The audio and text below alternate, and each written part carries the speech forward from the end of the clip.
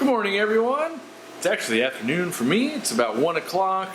Spent all morning being lazy, kind of.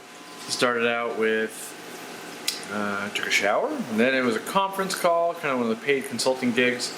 And then I think I watched YouTube and answered comments for about 2 hours. I watched Braille skateboarding, and just because I like to nerd out on that. And then I answered a lot of comments, and then I thought, you know what? I should get busy in the fish room. So what do I got today? I think I've got a big old box of K1 media. I want to put some K1 media in. I've got, this is what I'm eating so far. It's International Taco Day, or not international, but National Taco Day right now. And so far I've started out with falafel, hummus, and crackers and some carrots. But that's what was in the fridge, and that's what I'm going to eat because I want to get working. I could like make a taco run, but at the same time, I should find a need to go somewhere like, oh, I got to go buy this at the hardware store. Because if I go buy tacos, then I come here, I'm going to start a project and go, dang it, I got to go to the hardware store anyway. So that's what I'm going to do. So yeah, I'm going to put more K1 media into this filter over here.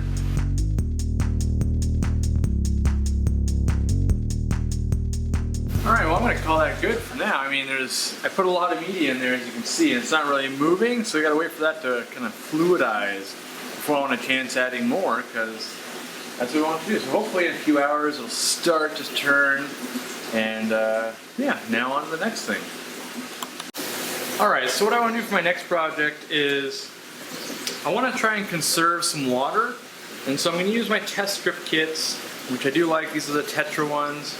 And I'm going to do some water testing, and I'm going to see if I'm just changing way too much water, not enough water. I think I'm just changing way too much, because right now my water is unmetered, but they just passed a thing in where I live that says every single home will become metered within 7 years. Now, I think it's going to take them a long time to get to me, so, but anyway, I care about the environment, so I'm like, well, let's dial some of this in. So the first tip I got for you guys, with test strips like this, like the 6-in-1, you totally just cut them in half. You get twice as many tests for the same amount of money. You know, use a sharp pair of scissors, and instantly you're going to save twice as much money. So now, I can kind of put the other one in my pocket, I suppose. But we're just going to take a reading of water here. And there's other reasons too. So just because I want to save water, also the less water I change, the easier it is for me to stabilize the water with crushed coral. And so, as I pull out the chart here, try to make it so you guys can compare, the water is so clean, I can't register nitrates in here. There's literally none, so I'll see if you guys will be able to see that. No nitrates in here. So, and there's a decently heavy load. You know, if we look in here, like there's a decent amount of goldfish, but I'm changing a lot of water. So what that probably means, and I say probably, I can probably relax it a little bit, and then, you know, so I'm going to test this like every week, and that's what you want to do, and this is how you guys would want to do it at home too. If you're trying to figure out how much water do you change, the first thing you do is establish how much waste do you produce. And so, right now, we're changing so much water, I can't establish that yet, because tomorrow I'm going to come and check the water, it's going to auto water change again, and I won't know. So I've got to relax that a bit. So at home though, you won't have automatic water changes probably, and you can just test your tank. Let's say it's a, you know, Thursday, whatever it is. You test it, you let it go, or you do your water change, whatever it is. Then you test it the following week, and you compare how many nitrates do I have now versus how many did I have before. And you know, if you barely go up at all, you can probably either stock more fish or relax the water change schedule. And if it goes up a lot, you know, or let's say you have 50 nitrates, you change your water, you come back and next week you've got, you know, 95, like, whoa, okay, we really got to up our water change schedule or get less amounts of fish. So, you know, that was this load. I'm going to test down here. I've got, you know, just because you have, and that should be a real important other thing. A lot of people will assume that all their tanks are running about the same. So even though this is all on the same water change system, we have different filtration here, We have different filtration there. We have auto feeder on that one. We don't have it on these other three. So the loads could be drastically different. So if I pop down to over here and we take a water sample and we're going to give it 20-30 seconds to start affecting the pads. So with the auto feeder running, we're still also running at 0 nitrates. And I could get a different kit for ammonia, but I already know these tanks are cycled and I don't have ammonia problems. That being said, if I suspected it, I would totally test it. And here's a little tip for you guys. When you see a lot of foam on top of the water, that's usually a sign you might have ammonia. But let's say the power had gone out or something, I would totally check for ammonia. But with no nitrogen in the water, I'm clearly just using too much water to change these bins, most likely. I'm going to test the other ones as well.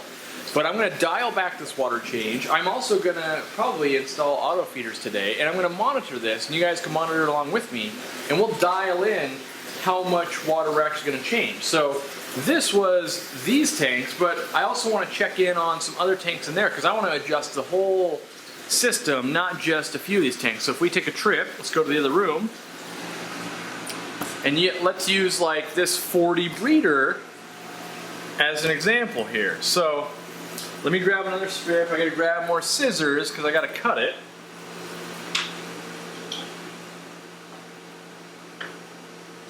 I shouldn't say I have to cut it, but I do cut it because I'm cheap. And this is a shout out to my wife. This is a different pair of scissors than I just had over there because I hoard all the scissors in my fish room because I can never find them when I need them. So I always go and steal hers, and she ends up buying lots of scissors. I probably have 100 pairs in here. One day I'm gonna just like trip and die on a pile of scissors because I always have so many. But cut it in half again real quick. I think these ones, yeah, these are Harbor Freight scissors. I got these ones free when I bought something else. So I've cut that in half. Put those in my pocket. Maybe I won't lose them. And what I do like about the test strips is they're quick. And eventually, if you're like me, you'll just memorize this. So you don't have to compare it to the chart. I can go, oh yeah, we're at 7 pH. We have low alkalinity. This one here is going to be the chlorine content. There's no chlorine in there. This one here is the hardness. We have moderate hardness. We have no nitrite. And again, the top one, it would be turning, if I can get this to do this here, it's my wife's trick, she taught me, it would be turning pink if I had nitrate. So in this aquarium, yeah, we're water changing every single day. Problem is, we don't need to be changing water every day, or every single day that much. And you guys have heard me say this a lot.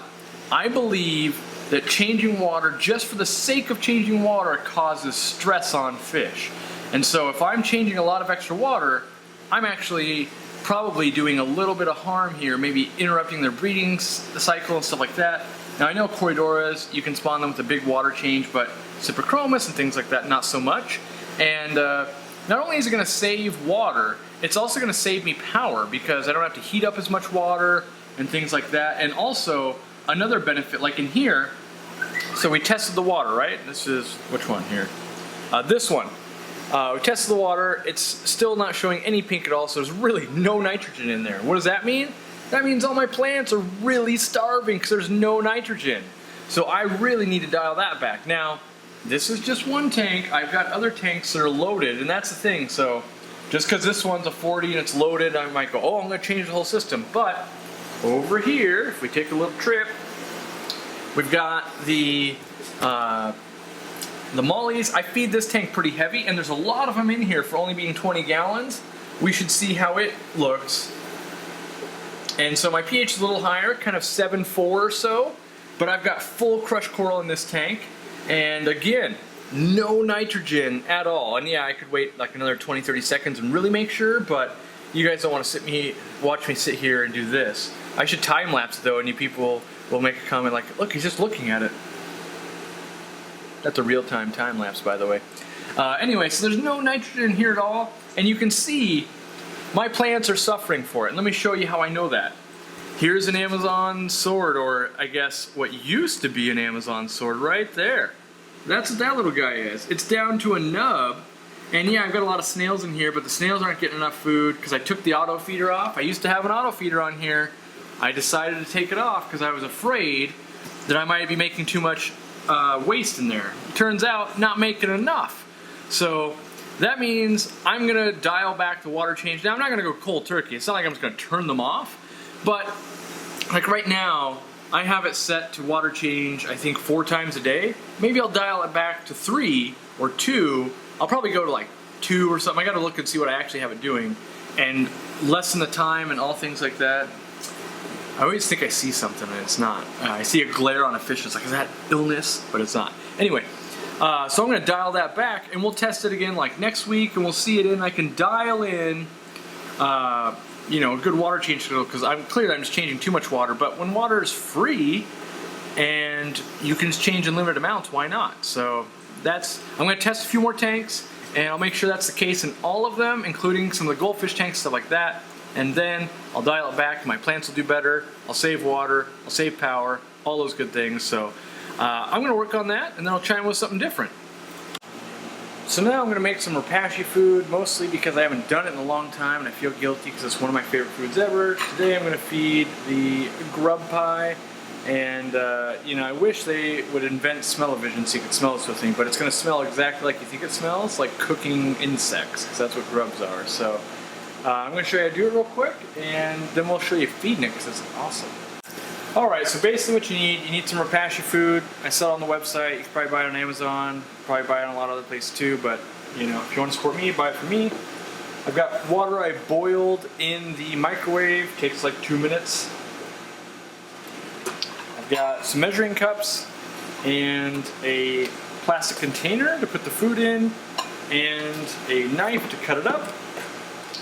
And so here's what you do. You use 1 part powder to 3 parts water. So I've made it easy on myself. I have 1/3 of a cup for the dry and 1 cup for the water.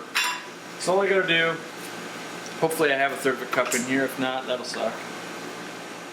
Oh yeah, looks like I've got enough. There we go. That was most of this. So I've got 1/3 of a cup of powder, basically. That's good enough, I'd say. That goes in. I think so far everyone can do that. They can pour powder into a container. Next, I need 1 cup of water. Apparently I can't pour water because I'm spilling it as I pour it. Alright, now I've got a cup of water and some water on my bench here. Pour that in. It's got to be boiling water, or at least really hot water, because it's got to melt the gelatin. Then I've got a fork. And now, you just gotta mix it a bunch. And it's gonna be soupy and a little bit stinky, but, you know, it's high quality. I love this food. And so while I'm stirring this and you're watching this, the good parts of Repashy food is that it's in a gel, and so it holds together really well. It's one of the best foods you could possibly feed goldfish, corydoras. They make lots of different blends, so like popular for African cichlids and goldfish would be the Soylent Green. I also like this bug blend, or the grub pie. There's like carnivore blends, there's the community and the shrimp. I feed a lot of the community and the shrimp in the store and things like that. And so let's say you mess this up. The good thing is you can always put it back in the microwave and get it hot again, and it'll melt down the gel. And so, you know, you just want to stir it really well. And then it's a time thing. Like once you know you've stirred it really, really well and there's no chunks, then you just let it sit. And you can put it in the fridge or something like that, but that's honestly too much work. And so I don't do that. But yeah, so basically now we're going to let it sit, and I'll show you what it looks like when it's done. And I'll put this here. And by the way, my wife is going to kill me because she hates when I do fish stuff with her stuff, but that's all I got to do to make a video today. So now I'm going to find something else to do while we wait for this to cool. Alright, so here we are. It's been like 20 minutes. I've been answering YouTube comments, and it is settled. You know, it's still warm. You know, it's still warm, but it's kind of like Jello. It just settles, right? And so now, you know, I've got this big wicked knife, which I don't need a big wicked knife. I could use a butter knife or something like that. But typically what I do is I just kind of make sure your pinky's out. Whenever you're cooking or something like that and you want to look fancy, you got to put the pinky out. So when you're cutting, you want to look like you know what you're doing. You put your pinky out. And then you just kind of make some lines in it. You know, roughly, you know, half an inch, whatever it is. Like, it's not gonna be uniform. And then you just spin it and you do the same thing again. And you're gonna have a bunch of little cubes when you're done. And then you can decide how many cubes you want to put into the tanks. Some of these cubes got a little big. But, so now if I was to take a cube out, we'd have something like this right here. And so now I'm going to feed fish with it, and you're going to be like, oh my god, fish go nuts for that. Why don't I own this? And I'm going to be like, yeah, you should. It's great. So let's cut to that. Alright, so now they're starting to find it. I had to go feed some other tanks. They're always scared when I'm standing there, but wow, Cyprochromats are eating it. I honestly did not expect that. No joke. Like, I fully expected they would not eat that. That's insane. Like, I need to feed this way more. I don't know if they'll eat the community blend. Maybe they'll only eat, like, I guess they would eat insects in the wild. So, but I'm going to let you guys watch that. I'm going to keep feeding some more fish, and then I'll show you other fish eating it. Alright, I get it. So you're like, yeah, they're eating it a little bit. Yeah, that's not that impressive, Corey. I understand. They're not showing off like I want them to. So let me take you somewhere else. Let me take you to, like, well, what do neon tetras do with it? They do that, where they're all just swarming it and eating it. You know, so that's good. And they're like, well, I don't have a community tank, Corey. And then I go, okay, fine. What do you have, African cichlids? Okay, fine. They love it too. You know, so here they are, yellow labs, everything, destroying the cubes I put in there. You know, feeds out relatively clean. I like that. And they're just chowing down, right? What else? What else am I gonna feed with this today? Like, okay, what about Hastatus corridoras and guppies? They're going to town too. You know, and the great thing is that will stay water stable for at least 24 hours, at least. So you can really pack the food on something you're trying to spawn. See, now I've walked away and the camera's away, and if I sneak over here, you'll be like, oh, look at that. Because we're not on the camera, we'll all start chowing down. But the minute I come around this corner, they're all gonna leave. I don't know why they're so flighty in this tank, but yeah, they do that to me. If we come over here, we've got the Julii cories. They're not as shy. They're eating it. What else do I have around here? These guys are gonna take a little while. Usually it takes a little while for plecos and shrimp to get on it, but if I chime back in a little while, they'll probably be dominating it. I should probably feed the mollies and the guppies. I bet they'll all chow it down. So let's go back over here and grab the food, and I've just been grabbing chunks out of it here. So, you know, literally you just grab a chunk, like there's a cube, you drop it in, you grab maybe a couple more cubes, and what if we drop it right in here, and we can see who takes it. Now, these fish have never seen the grub pie before. I fed other stuff in the past. They just splashed water on my camera. That was awesome. They're used to always eating floating food, so only a couple of them have figured out what's going on yet, because I feed a lot of floating food typically. Let's see, what else can I look at here? But yeah, the best part is it's already hydrated food, so you don't have to really worry about a fish getting bloated from eating too much, where, you know, they eat a bunch, it swells, then they get bloat. Let's try some of these guys. Let's try putting one in here. I'm guessing these guys will go after it, and they'll grab another piece, and we'll feed it to convicts, see how they do. Well, at least Daddy Convict likes it. You can see the big bite he took out of it. And I would wager after about 10 minutes if we come back, that's really going to be full-bellied convicts. And then over here, we've got a feeding frenzy starting. You know, that's what Danios do. They go into feeding frenzy mode. And, you know, I'm going to feed some other stuff. Let's try, like, Tropheus over here. We'll see if they can get going on it. I'm going to feed a tiny amount to the shrimp because my shrimp colonies are tiny. So I just break a little piece off here. And we'll put another little tiny piece in here. So there's those. We're going to see if Mojo Jojo will snack on this. And then we'll get some, oh, Tropheus are moving in. So you can see they're all about it. Liking the grub pie.